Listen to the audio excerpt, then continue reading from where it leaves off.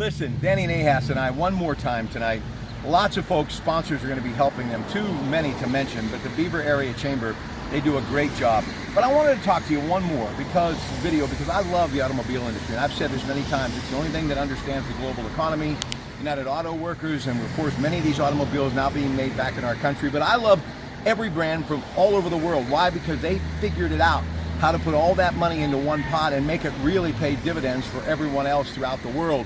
But what I do believe, even though these cars are sleek, they're sexy, they're amazing, all of the things that they're doing today, all of these dealerships, the ASC certified mechanics, the salespeople, and of course those who work in the front office and the people that own these wonderful brands that have been around for generations, is the fact that when a lot of these cars that you're going to be seeing tomorrow were coming off the showroom floor, people were still getting under the hood, they were still changing the oil, and that was part of that love affair. And I think that love affair is what really has lasted so long to why car cruises like this are still a big ticket item.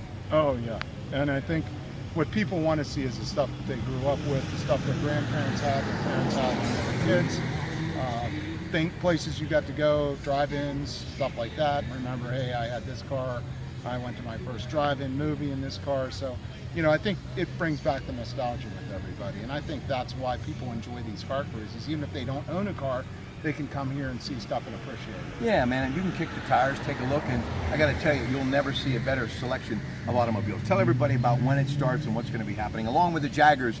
And you saw Jimmy Ross a little while ago, and they're already here kind of getting ready to go tomorrow night at 7.